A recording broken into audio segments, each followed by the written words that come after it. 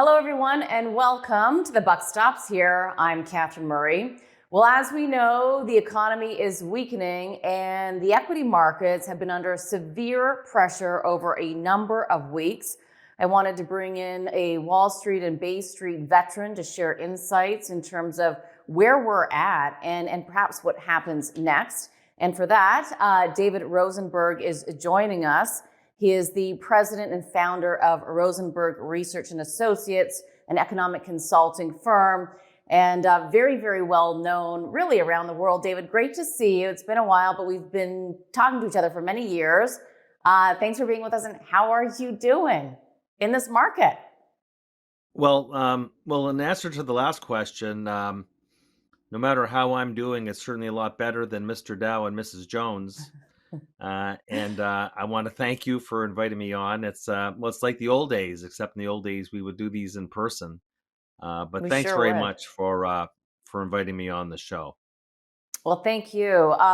And David, so many people do see your research, want your research, listen to your thoughts. So let's get right into it. I mean, we had an inflation reading in the States this morning. We pre-taped this, it's Thursday.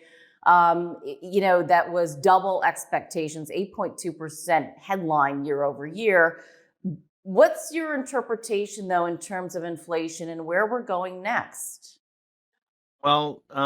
Firstly, we know that inflation is a lagging indicator, and it usually actually peaks, not unusually, 6 months into a recession.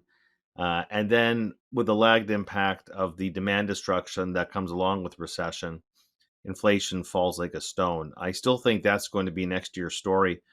Today's number was a huge disappointment. Not so much the headline. It was a battle there between food going up and energy going down. It was the core index up 0.6% for the second month in a row. And I believe the year over year trend at 6.6% on the core index, the highest since August 1982. So even if you have Hmm. this view that inflation is peaking, it's not peaking in the core index. And that's a big problem for the Fed. This is a sort of a situation where this is going to push the Fed to tighten policy harder over the near term.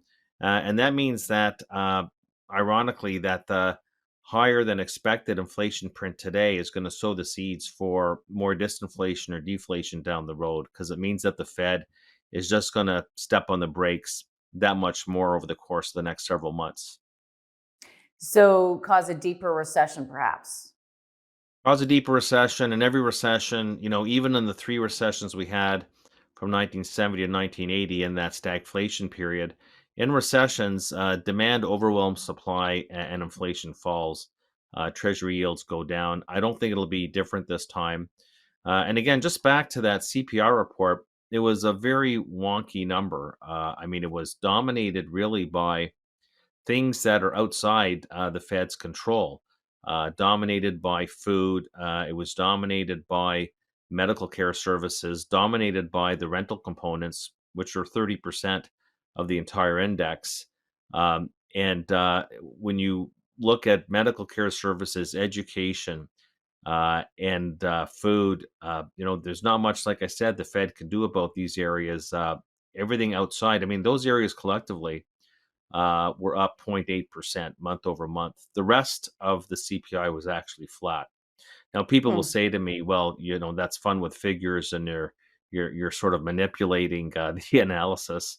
I'm just trying to say that it wasn't a ubiquitous increase in prices. It was confined in areas of the economy that the Fed can't do much about. But I wouldn't want to be in their shoes, because their big concern is no matter where the price increases are coming from and whether or not it's in lagged areas like rental rates, their big concern is that it's going to feed into wages and that inflation expectations are at risk of becoming unmoored. They actually made this point emphatically in the set of FOMC minutes that just came out. So that's the problem. We know about the transitory story, but the fact that inflation is remaining persistent, the problem for the Fed is that it feeds into inflation expectations, which have been remarkably stable these past several months. But for Hmm. the Fed, that's the risk, is that that could unwind so long as these numbers don't start to subside, and they certainly didn't in the September CPI data. But it seems as though the Fed is continuing to chase the inflation numbers, and yet We've talked about this food and energy. I don't know how they can possibly control that with the war in Ukraine. We're going to take a quick break. We'll be right back with David Rosenberg.